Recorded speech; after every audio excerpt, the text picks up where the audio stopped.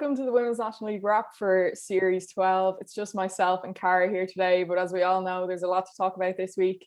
We'll start, of course, with the Shelbourne and Peamount game. Cara, we've said before, Peamount can sometimes take a little while to get going in games. There's been a few times where teams have held them to 0-0 draws till halftime, and then in the second half, they really turn it up a gear. Do you think maybe that's what cost them this week? Yeah, I suppose they definitely take their time to kind of suss a team out, and they can be happy enough to obviously not concede, and they're happy enough maybe to wait until the second half to try and turn things up a notch and get a couple of goals. And maybe it did cost them this week, and I think I was kind of thinking about this. I suppose maybe it's not so much that Peamount got off to a slow start, and maybe that Shelbourne were maybe kind of out on a mission to try and score more goals. And they knew that Wexford obviously got a draw against them, so they're going to have a lot of motivation to think, okay, well, we can do that and maybe go one better. So I think that probably went against Peamount this week, that they kind of had that mid-season break after they had the draw with Wexford, and Shelbourne just came out kind of all guns blaring and wanted to get the win. So I think that was maybe more so what happened. And it's funny because we're talking about this and I was like, Peamount still scored 3 goals. You know what I mean? Like it was still like a really attacking game of football. So it is mad. But I think, that they'll definitely, I'm sure, be thinking about that this week, that, okay, maybe we need to start firing a bit earlier on and kind of not put ourselves in that situation. Yeah, and we talked last week about Shelbourne after their 1-0 win, saying that maybe they needed to be a bit more clinical, and that's exactly what they did. 4 unbelievable goals, and obviously Peamount caught up in the second half. They brought it to 3-3. I think everyone probably thought that it was over, the comeback was done, and then Noelle Murray with the last kick of the game, that fabulous moment that won it. What do you think it was that just drove them on to win? What gave Shelbourne the edge? Like, the fans were there. Was it just they knew maybe if they didn't take that win from Peamount, that Peamount were going to be favourites for the title? What do you think it was? Yeah, I think that definitely, I do think, I'm sure having some fans back there and having it at home in Talca Park was definitely a huge factor. And I think, literally after we were talking about it last week, how they need to be more clinical, they need to score more goals, they need to kind of put the ball in the back of the net. They literally in the 5th minute, Saoirse Noonan did that. And I think that was brilliant for them, because I think they know that's something that maybe they've been lacking a little bit this season. And I feel like maybe they're kind of coming into their own now a little bit with that. But I think it was maybe that mix of, knowing they're more than capable of beating Peamount, and I suppose just taking that clinical edge, bringing that to the game, and also thinking, okay, we need to get out here and just start scoring goals and just put the ball in the back of the net as soon as we can. Because I suppose maybe they're thinking, yeah, Peamount maybe will wait till the second half, and not even wait till the second half, but it might take them till the second half to try and start building attacks and scoring goals, that they wanted to capitalize on that. So I think it was probably a mix of those two things that I suppose stood to them the most.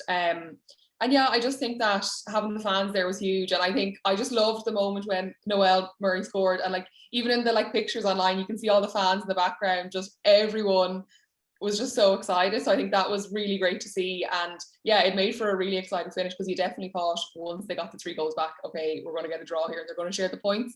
But I think, yeah, Shelbourne probably knew full well they were capable of doing it. And I guess, you need to have a bit of the rub of the green as well, go your way on the day. And yeah, that goal at the end was brilliant.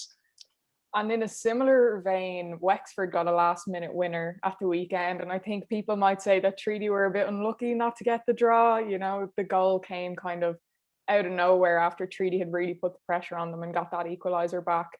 But I think if they drew that, maybe they were out of the title race a little bit, because they would have dropped a lot more points than Shelbourne and Peamount have. But now, where do you see the title race going from here? Do you think Shelbourne are the favourites, or does it just have potential to keep changing week in, week out?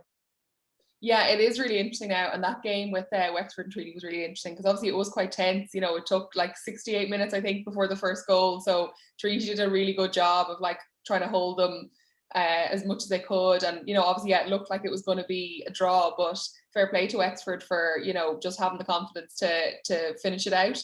And I think the title race definitely is interesting. I suppose Wexford would have known themselves as well that, we need to get something out of this game to stay in the hunt for it a little bit.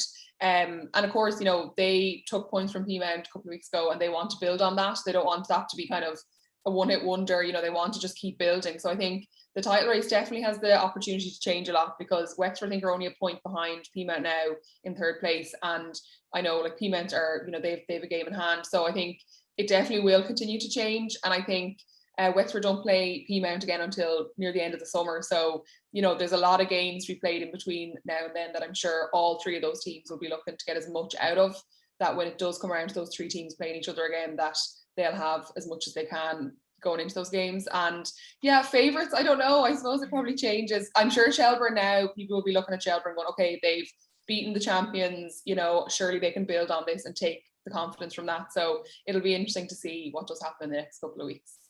And DLR Waves seem to kind of be solidifying themselves in that fourth spot after beating Galway 2-0. It doesn't really feel like any of the teams below them will catch them. I mean, you never know, but I think more interestingly will be that battle at the bottom of the table, because again, that's another area that's changed over the weekend. Cork got their first win against Bows, which took them off the bottom of the table.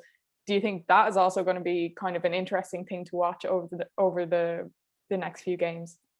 Yeah, definitely. And I think the bottom of the table has been really interesting all season. That there's some really competitive teams there, and I was delighted for Cork to get their first win of the season. I suppose they've been through an awful lot, and with change in management and that kind of things in the last couple of weeks, I think it was really important for them to get that win, even just for their mindset that they can go into the next part of the season now with more confidence and know that they can win a game and that they can maybe build on that. And I suppose getting off the bottom of the table was huge for them. They're gonna, come up against teams now where they'll know, like, we can beat them if we really want to. And I'm really happy for them that they've been able to do that. And I thought, yeah, the DLR game was really interesting, because I think DLR just looks so comfortable in that fourth position now, and I think that's so big for them.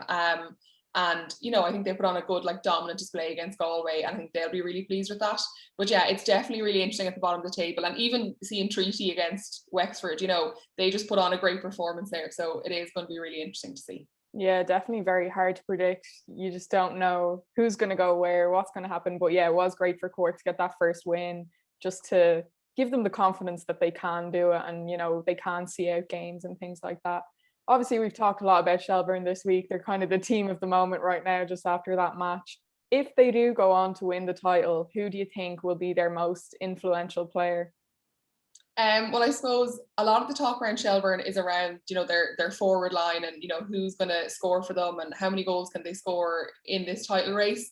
But I suppose when I was looking at it, they've had 8 clean sheets. They've only conceded 6 goals this season. 3 of them were against Peamount on Saturday. So they'd only conceded 3 before that. And I was thinking, anytime I've seen them play, Jessie Stapleton is someone that I think is really important for them.